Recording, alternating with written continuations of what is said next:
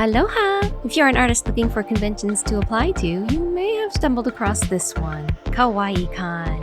You see where it's located and you think to yourself, wow, I've never been there. Is it worth the expense? And I would say, only if you want to go to Hawaii! Yay! As someone who lives in mainland United States, I've been to Kawaii Kon 3 times over the years and loved it each time. However, as a vendor, there are many stipulations to consider. For your average event, you'll always have to consider transit time, expenses, and sales, just to name a few factors. If you're traveling as far as Hawaii, though, these factors are exacerbated. For my trip to Kawaii Kon this past year, I spent about 14 hours on my flights. That's including flight times and a layover, but excluding ride shares and the time spent waiting at the airport after arriving there early. This time can absolutely be shortened if you live on the West Coast, like in California, for example. But the flight from LAX to Honolulu alone is roughly 5.5 to 7 hours, depending on your airline and weather. If you live in LA, tacking on traffic to get to LAX and out of Honolulu Airport, you're likely looking at a minimum of 10-ish hours to travel from mainland US to Hawaii.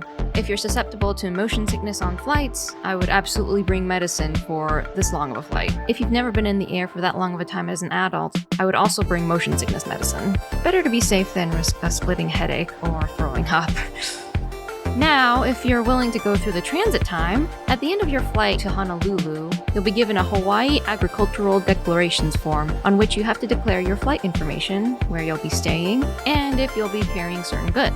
Hawaii is extremely strict on maintaining their beautiful and sensitive ecosystem. Therefore, if you have any reason you're carrying any live animals, fresh plants, raw or propagative seeds, etc., you have to declare them.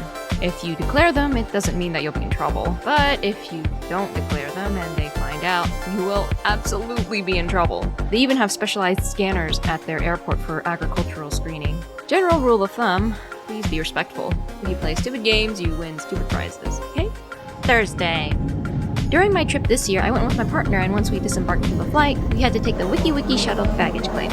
After getting off of the shuttle, we had to go down 2 escalators to get to baggage claim. Then, after retrieving our bags, we had to take the elevator up to level 2. Then we made our way to lobby 8, where you have to walk outside and onto the center median for ride app pickup. I'm telling you all of these instructions now, so you know what to expect in case you're someone who gets disoriented easily, trying to find and follow signs in a new place, like me. Setup time on Thursday was 2 to 7 p.m., and since we arrived after setup time ended, we took a rideshare to our hotel. We stayed at the Pagoda Hotel since it was fairly well reviewed and moderately priced, and a 14-minute walk to the convention center. Once we arrived, we had to pay an amenities fee totaling $212.34. So just be aware that some hotels will either add the amenities fee when you book, or they charge it after you arrive. After we checked into our hotel and dropped off our luggage, we headed over to Foodland Farms in the Ala Moana Center to buy groceries, including yummy shrimp tempura and chicken katsu bento boxes to have for lunch during the convention. We also bought fruit to snack on and POG juice, which stands for passion, orange, and guava. So yummy. Lastly, we treated ourselves to cake after an intensely long day. Yum. Friday. The next morning, I awoke to the lovely sound of construction noises. Thankfully, the hotel had an adjoining restaurant that offered patrons of the hotel a yummy $10 breakfast, including a beverage. So that was pleasant to have after the interesting awakening.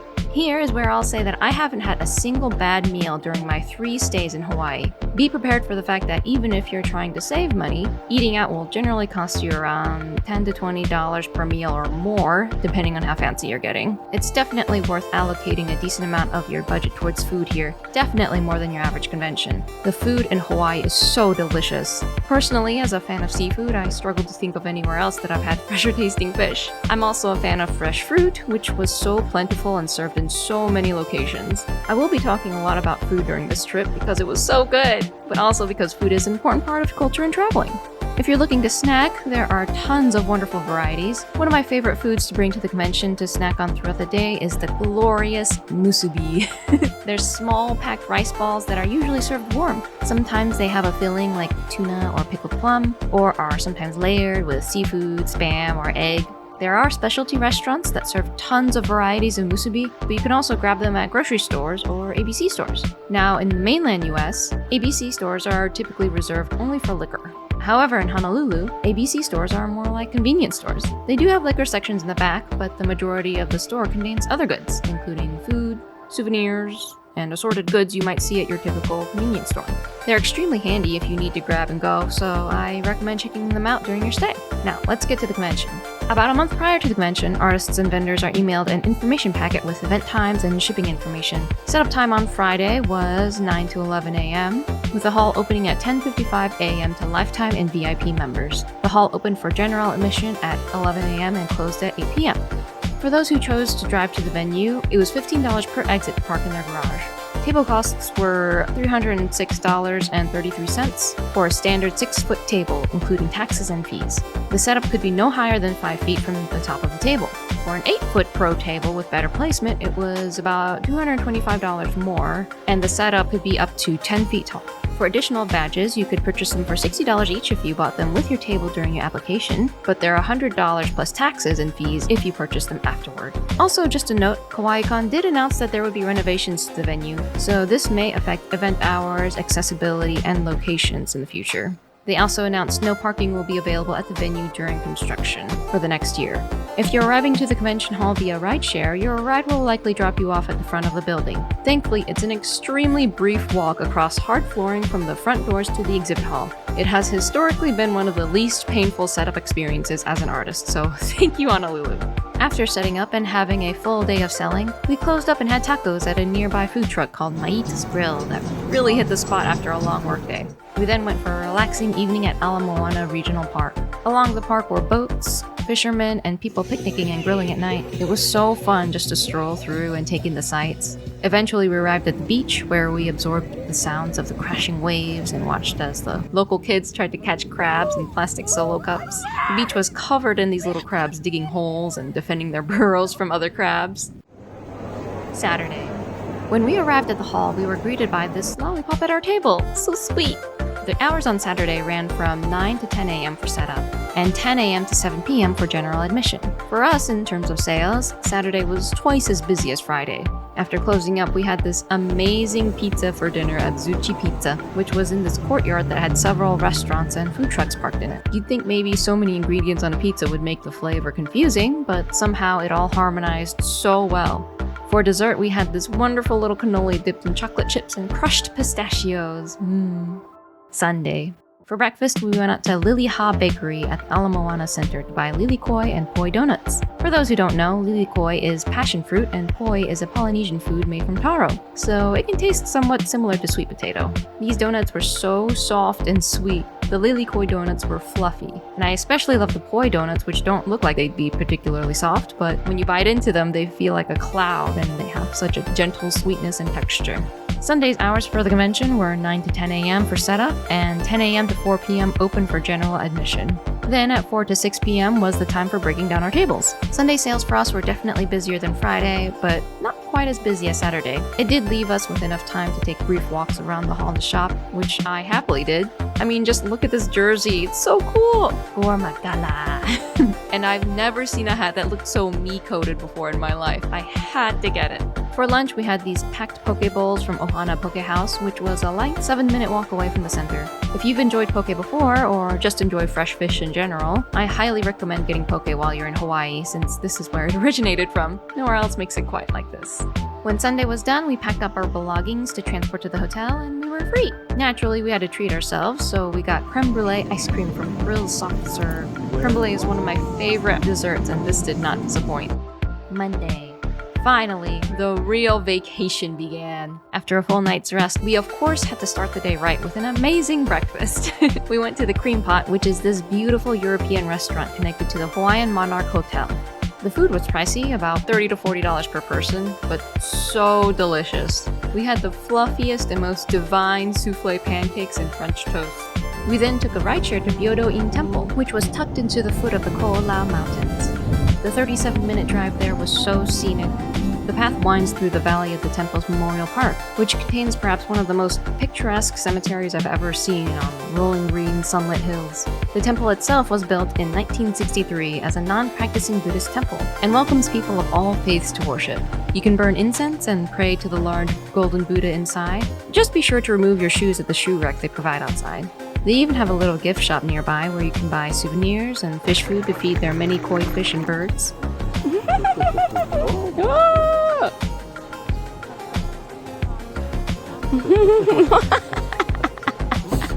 We also bought paper fortunes.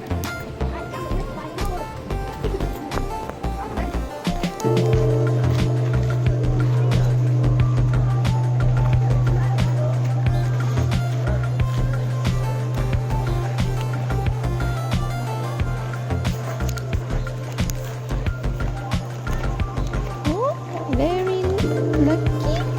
Very lucky.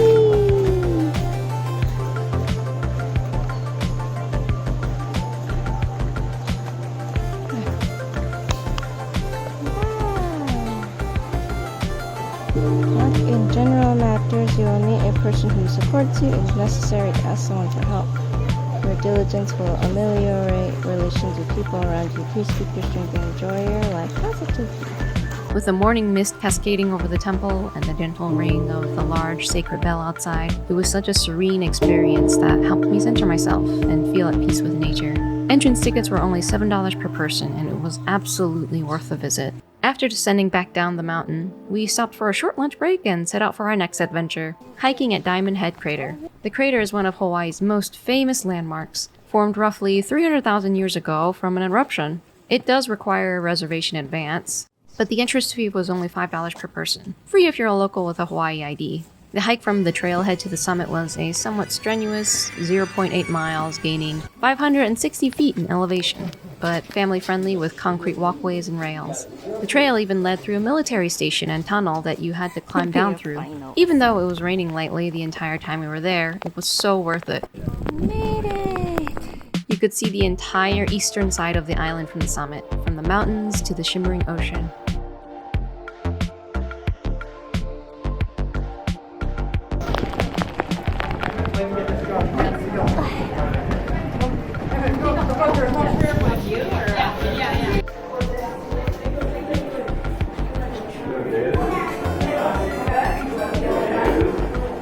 To close off the day, we filled up on a piping hot and oh so rewarding meal at Golden Pork. We had juicy and crispy pork cutlets and noodles that didn't break the bank. It was awesome.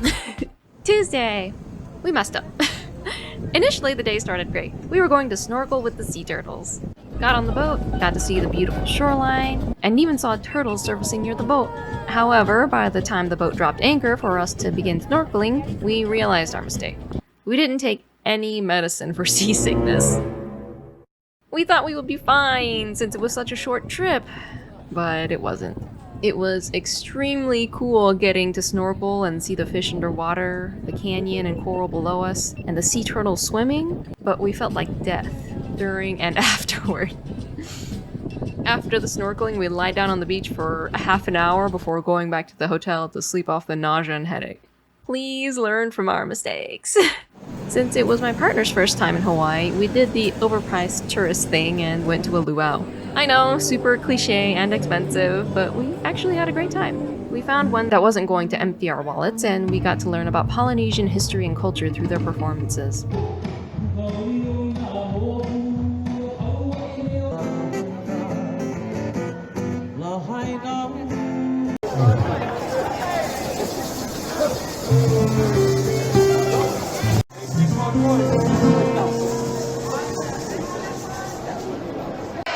There we go. Hit him again. Ouch.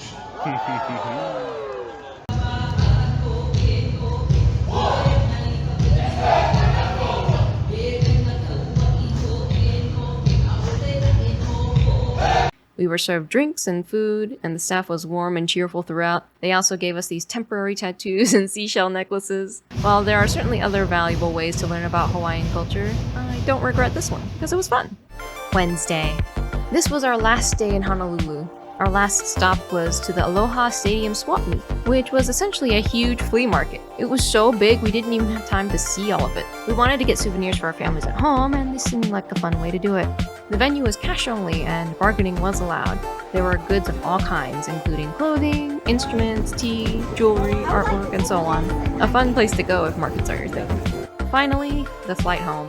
Unfortunately, I did spend an uncomfortable night in the LAX airport since I had an overnight layover that arrived too late and left too early for me to feel like a hotel would be worth it. However, it was safe since there was plenty of security around at a 24/7 international airport.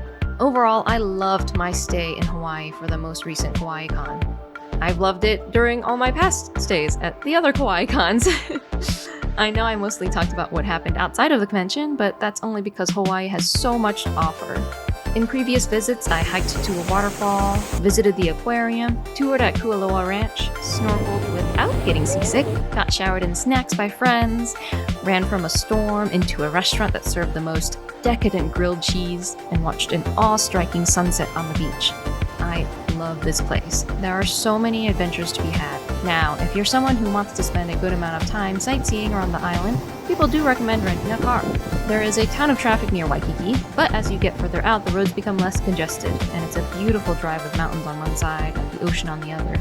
If you have 1 to 2 weeks to spend in Hawaii, people also recommend exploring the other islands. The most convenient way to get to them is actually by air, so it can get pricey, but it could be worth it if you're looking for less tourist-filled places to go. For a local, it's definitely worth going to Kawaii Kon if you're willing to go to Waikiki and deal with the traffic and crowds. The staff there was so kind and really helped us out a lot whenever we needed it. They even have a wonderful charity art auction every year.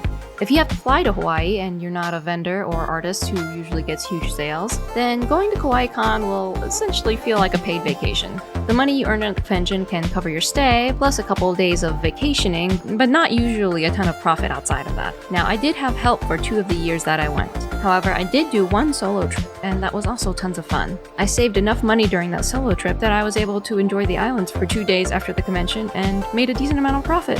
However, the other 2 years, due to having an assistant and also wanting to enjoy the island doing more activities, I essentially broke even. Here are my final expenses from this past Kawaii Kon.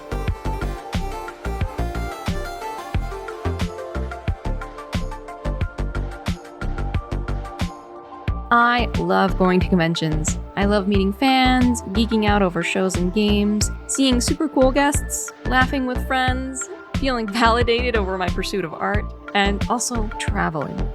This convention is definitely for those who love to travel. The people here are so welcoming, and there is so much to learn and appreciate from them. I hope wherever you are and wherever you go, be safe, find fulfillment, and explore your place in the world. Mahalo!